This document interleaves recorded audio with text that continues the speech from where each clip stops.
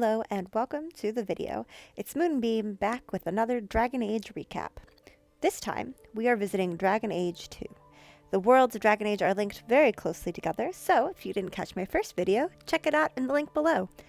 I'm going to be streaming Dragon Age Inquisition shortly, so these videos will give us a better understanding of what the world state looks like. Dragon Age 2. The story is being told by a future companion to what will be some very familiar faces as we play Inquisition. This game takes place in Kirkwall, which is a city-state located in the Free Marches to the north of Ferelden, where we were located in Dragon Age Origins. You play as Hawke, a Ferelden refugee from the Blight. Now you are defaulted to a human character in this game, but you still get the choice of class: rogue, warrior, or mage. Whichever class you choose actually determines which of your siblings survives the prologue. Hawke grew up in Lothering, the first city the Warden character comes through in Origins. This city does not survive the Blight, but Hawke, their mother, and their younger brother Carver and sister Bethany survive and escape to Kirkwall. Or at least one of the twins does. If you choose to play as a rogue or warrior character, Bethany survives, as she is a mage. If you choose to play as a mage Hawke, Carver survives, as he is a warrior. Sadly, the other twin is lost to an ogre attack. Fun fact about Hawke: you get to decide what sort of personality your character has by conversation choices. You can be a diplomatic character, a humorous one, or an aggressive one. I usually have my Hawke be humorous. Why wouldn't you want a little laughter in your life? You have a rag to riches story. Starting off as a refugee, you need to buy your way into the city. You do this by indenturing yourself to either the mercenaries or the smugglers. You then need to find a way to pay them off. In comes one of my favorite characters of all time, Varric Tethras, a dwarven rogue with a beloved crossbow named Bianca. He wants to cut you in on a deal to travel to the Deep Roads. Now, the Blight has been beaten by this time in the story, but that doesn't mean that there are not Darkspawn about. They just primarily live in the Deep Roads now, which are down in the Dwarven Kingdom. Varric and his brother are organizing a trip down there, and they need people. Here is where your Hawke comes in.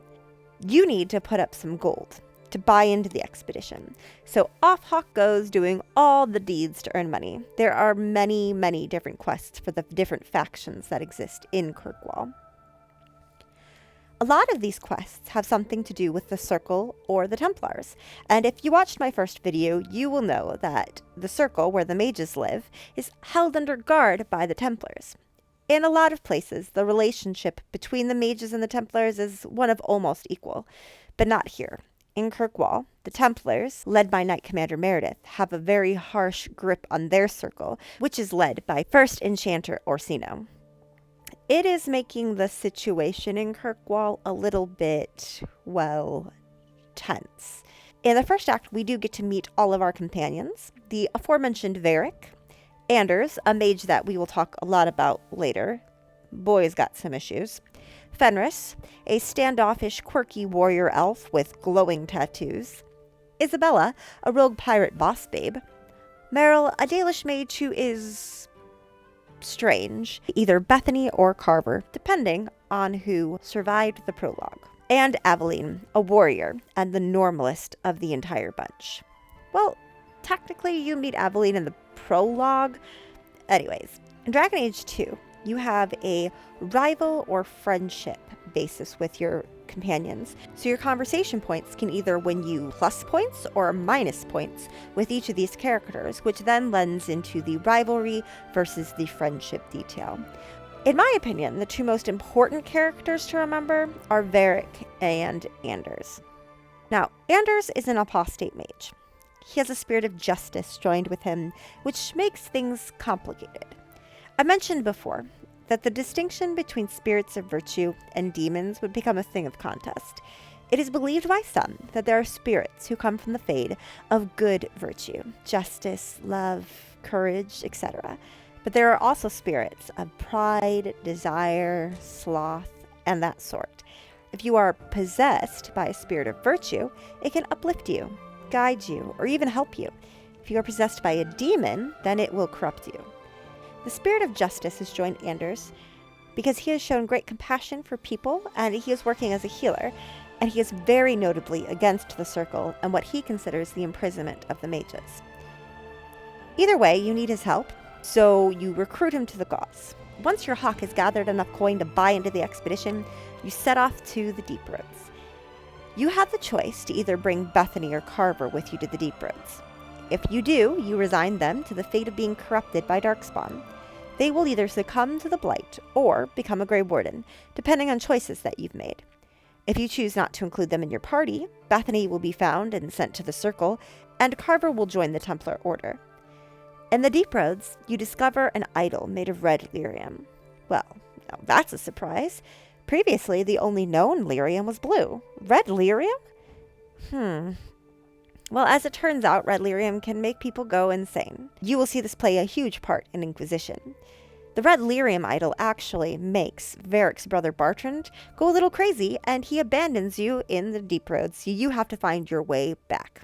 Luckily, you find your way back, and Act 1 ends. Act 2.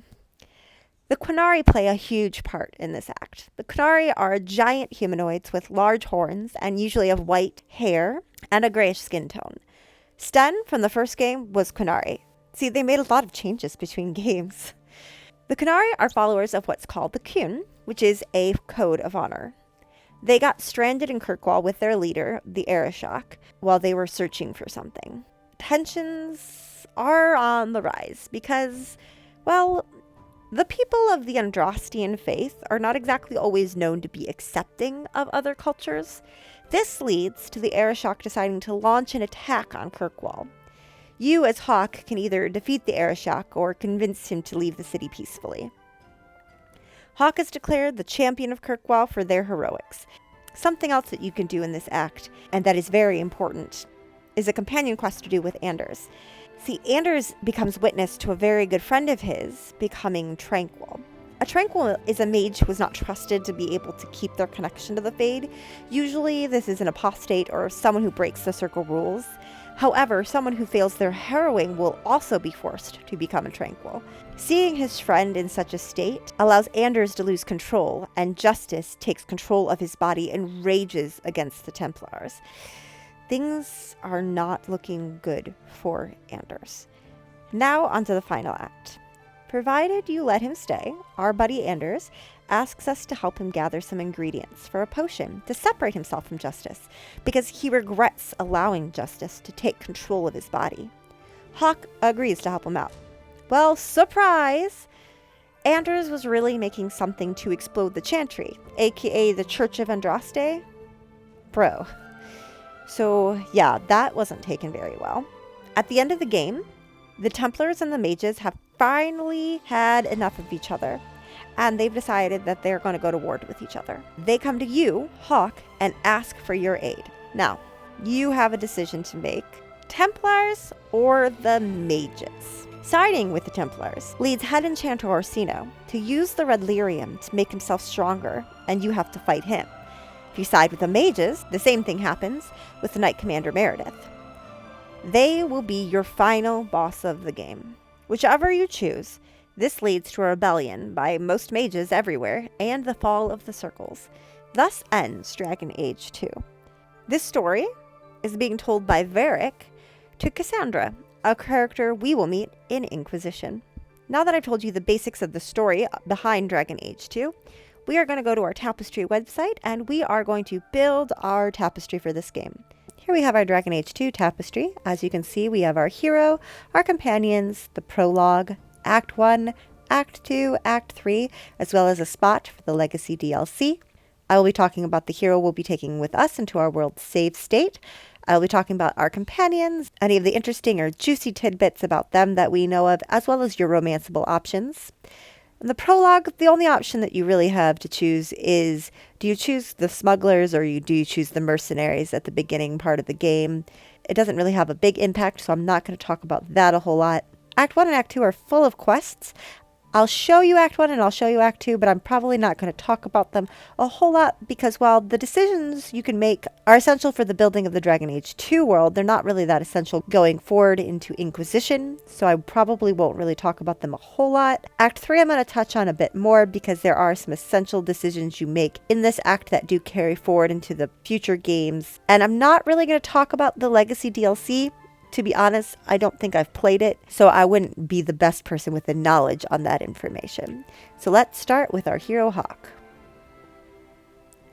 If we click on our hero, we can see that if you choose a default hero, you're defaulted to the name Garrett if you play as a male Hawk, and Marion if you play as a female Hawk, but we are going to choose my custom Hawk that I build, Iliad Hawk.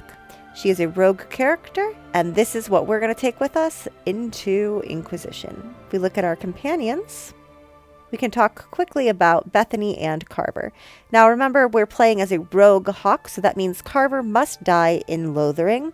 And in fact, if I were to click on here, and I were to try to choose a different option for him and say, choose this answer, it would ask us to change over to a Mage Hawk instead. So we're going to cancel those changes. We're going to make sure that we leave it on this answer. But because Bethany did survive, that gives us some options for Bethany. Remember, if you choose not to take Bethany with you to the Deep Roads, she will be found by the Templars and she will become a part of the Circle. It says here that she no longer had to hide, which was a relief to her. Being an apostate, I imagine, must be very, very difficult, and always being on the run and being in hiding and being afraid to use your powers where people could see them. So I imagine that would be quite a relief for her. But if you choose to take her to the Deep Roads, that gives us these other options. She can become a Grey Warden, or she can succumb to the Blight and die. The only way for Bethany to become a Grey Warden, or Carver to become a Grey Warden if you are playing as a mage character, is to bring Anders with you. Since I almost always play a rogue character, I always have Bethany as a companion, and the only way to have her become a Grey Warden is to bring Anders with me. Anders used to be a Grey Warden. That's some complicated lore that we can discuss if you want as we're doing the stream, or I can do another video on it if you would like me to. But basically, he asks the Grey Wardens to take her on and save her, and she does indeed survive if that's the option. Now, you can only have 3 characters with you at any time, so you play with a party of 4, including your main character. So if you bring Anders with you, that's a mage. If you bring Bethany with you, that's a mage. I always play as a rogue character, so that's a rogue. And Varric is a required character to go to the Deep Roads. So that's 2 mages and 2 rogues. I'm not saying that you can't do it. I'm not saying that it's impossible. But I like to have a warrior with me, you know, to take on a little bit more damage from the enemies, to deal out a little more damage to the enemies. So it's just never been an ideal choice for me to make personally. So I always make sure that she can become a Circle Mage. And because Bethany was a Circle Mage, we now have these options to make. Bethany did not die in the final battle, or Bethany died in the final battle. I believe if you choose to side with the Templars, Bethany will always die in the final battle. And I believe that's the vice versa for Carver. If you choose to play as a mage character and Carver becomes a Templar and you side with the mages, Carver will die in the conflict. I almost never decide to choose with the Templars, so Bethany does indeed survive. You can see down here we have Varric, so you can choose to be friends with Varric or not friends with Varric. Canon is that Varric and Hawk are the best of friends, so I like to keep that decision going. And right next to Varric we have his brother Bartrand. Remember when he went a little crazy and he left us in the Deep Roads? Well, he didn't get better, really. He continued to be crazy. And there's like the basic decision for him to die or for him to live. For him to live is really the better option, which leads us to this super, super fun quest here. Varric takes over his brother Bartrand's mansion, and there's some spooky things afoot. Objects are moving, voices are being heard, crazy things are happening, and it turns out that it's actually visions that are happening because of the red lyrium idol. So you can choose to help Varric discover the source of the haunting and solve that problem. It's a really, really fun little companion quest to do. It's one of my favorite quests in the game. I thought that they did a really good job with it. And then that leads us to helping Varric decide whether he wants to basically get rid of the red lyrium idol fragment because he has it looked at and it ends up getting destroyed, or him holding on to that piece because he thinks maybe it'll be too small to affect him. I don't think that we should play games with that, so let's have him get rid of the idol. That brings us to Isabella. So, this part of Isabella's story actually has a lot to do with the plot. The Arishok and his Qunari buddies are stranded in Kirkwall because they got into a big storm and they got shipwrecked. Well, they had the option. They could have left earlier if they wanted to, but they chose not to because they were in search of something. The reason that they were on the seas in the first place is because they were going to go get this really, really important relic, a tome of their religious faith, and bring it back home with them. Well, someone else got shipwrecked in Kirkwall during the big storm, and that person was Isabella. Turns out she actually stole that tome from the Qunari, or whoever had it before the Qunari, and the Qunari are trying to search them down. There comes a point in the game where Isabella temporarily leaves your party, and she either never comes back, so it's not temporary, or if you have a high enough friendship, for sure, maybe also rivalry with her, she will actually come back and bring you the tome and say, hey, I feel really guilty because this is going to cause a lot of issues. Why don't you return it to the Arishok? If you don't have enough friendship or rivalry with her, she takes off for good and there is no tome to be returned. So we're going to let her be the good guy and return the tome, which then leads you to this decision. The Arishok comes to you and says, you need to hand over Isabella for punishment and retribution from us. So you can choose to not turn her over to the Arishok, which results in a violent conflict, or you can give Isabella to the Arishok. She escapes the Qunari, but her imprisonment does lead to a peaceful resolution. I can't do my girl like that, so let's bring her with us. As we see down here, we have Fenris. Fenris has a bit of a tragic story. A little bit of backstory before we start with this. There's something called the Tevinter Imperium. That is a country that is to the north of the Free Marches, where Kirkwall is located. And everything there is a little different from the rest of Thedas. Where in the rest of Thedas, the mages live in circles and are held under Templar guard, in the Tevinter Imperium, mages are free to live wherever they want. In fact, not only are they free to live wherever they want, but they are some of the highest power in the country. They have a tendency to be a little on the cruel side because they look down on people without magic and are very unkind to them, and they do have slaves. Usually their slaves are of elvish origin, and that is actually what Fenris is. Well, Fenris was. Fenris was a slave to a man named Daenerys, and Daenerys was extremely cruel to Fenris. He would do experiments on him, including injecting him with lyrium to make those glowing tattoos that he has. Fenris did end up escaping, but now he lives under the constant threat of Daenerys trying to find him. So you have some choices you can make as far as Fenris is concerned here. We have this choice, which is Fenris survived all the threats on his life and all the chaos in Kirkwall, and he is alive and well. You can choose to hand him over to his former master Daenerys, and he becomes a slave again. Or you can choose to not get rid of Daenerys, and Fenris is free, but he's still living under that constant fear of being pursued by Daenerys. In order to get this one, where he's alive and well, we have to get rid of Daenerys. So we're going to do that for our buddy here. Meryl. I have to be honest with you, I don't really like Meryl as a character. I don't know why, there's something about her that rubs me wrong. But an interesting fact about Meryl is that she's from the same clan as the Dalish elf warden. Meryl actually gets expelled from her clan because she's doing things that they don't really like blood magic. Yeah, blood magic is generally considered bad. It's the using of your blood or someone else's blood to enhance your magical abilities. And it really does enhance the magical abilities, but it also makes it a little bit easier for demons to get a hold of you when you do those sort of things. And that's generally looked down upon by just about all of the mages, except for obviously the ones performing blood magic. So Meryl's been doing a little bit of blood magic. She's also found the shard of something called the Alluvian, which is a magic elven mirror that can actually transport you to other places. We don't really find that out in Dragon Age Origins so much, but we do hear a lot about it in Inquisition as we go through that game. So Meryl takes this mirror that she'd been told not to mess with, starts to rebuild it once she gets to Kirkwall, and she's living in the Alien Age, and she's building it throughout the game. And at the end of the game, you can convince her to destroy it, to get rid of it, because it's making her a little wacky. it's making her make some interesting decisions, or you can keep the Alluvian intact. I really like to stay with this idea of keeping the Alluvian intact because you get to see the Alluvians in Dragon Age Inquisition. I like the idea of keeping it together. Our buddy Aveline has been with us since the beginning. She was with us in Lothering. We come across her in Lothering, and we actually get to meet her late husband.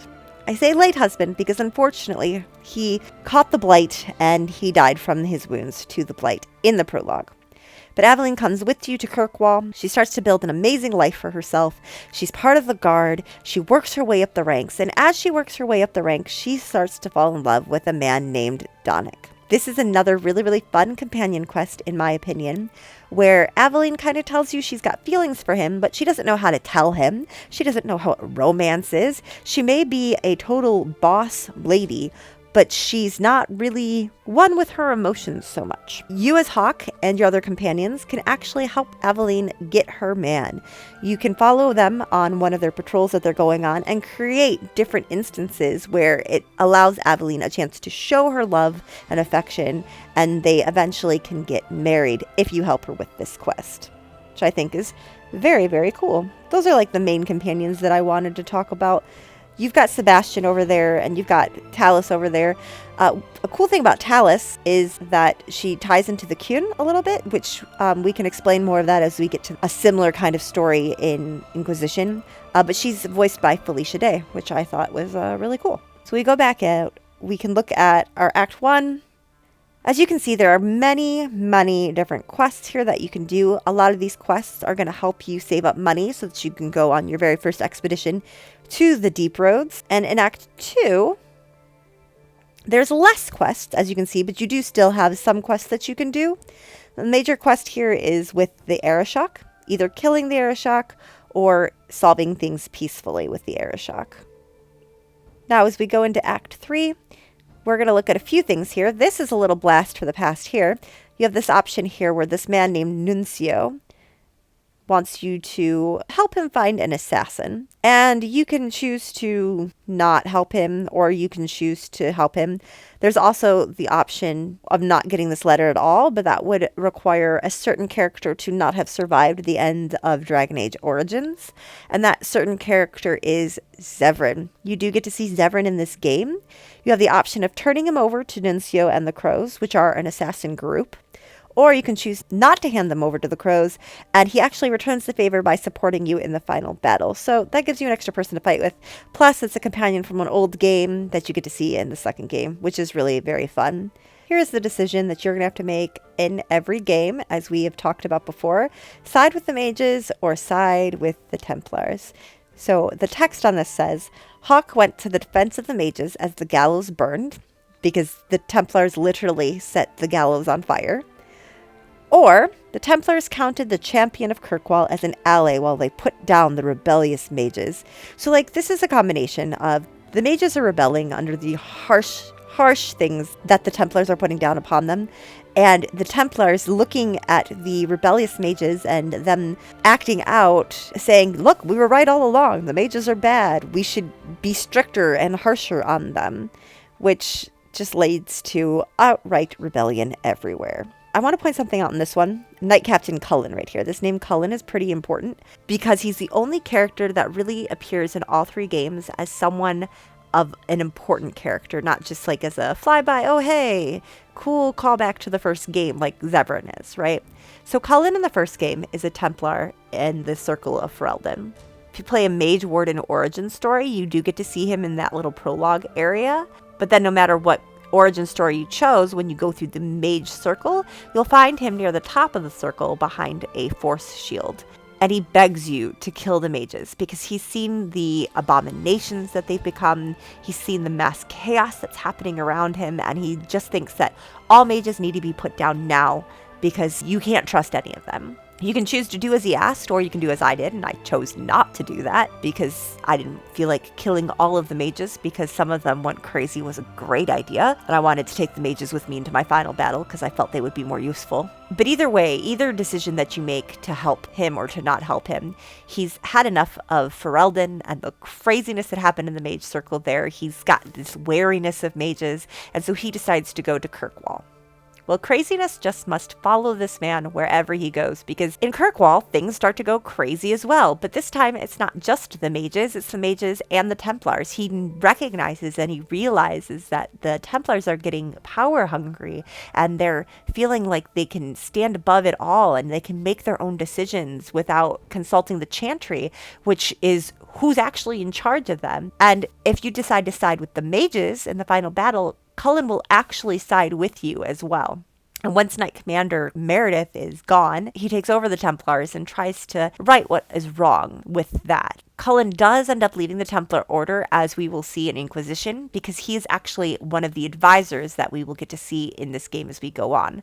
I'd also like to use him as a quick, example of the glow up between Dragon Age 1 and Dragon Age 2 and Dragon Age Inquisition, because of how amazing the graphics have gotten, and the fact that this game can still survive as a story and lore this many years after the first game has come out is just really exciting to me. These are definitely some of my favorite games to play. So that basically wraps up our Dragon Age 2 tapestry building.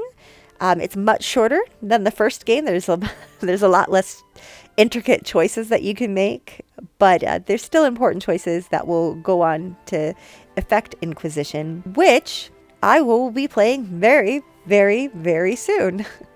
If you made it this far in the video, I really appreciate you sticking with me. If you wouldn't mind hitting that like button and or even that subscribe button, I would super, super appreciate your support. And I really hope to see you on May 20th at 11 a.m. Eastern as we start our Dragon Age Inquisition journey together. Thank you so much. Bye-bye.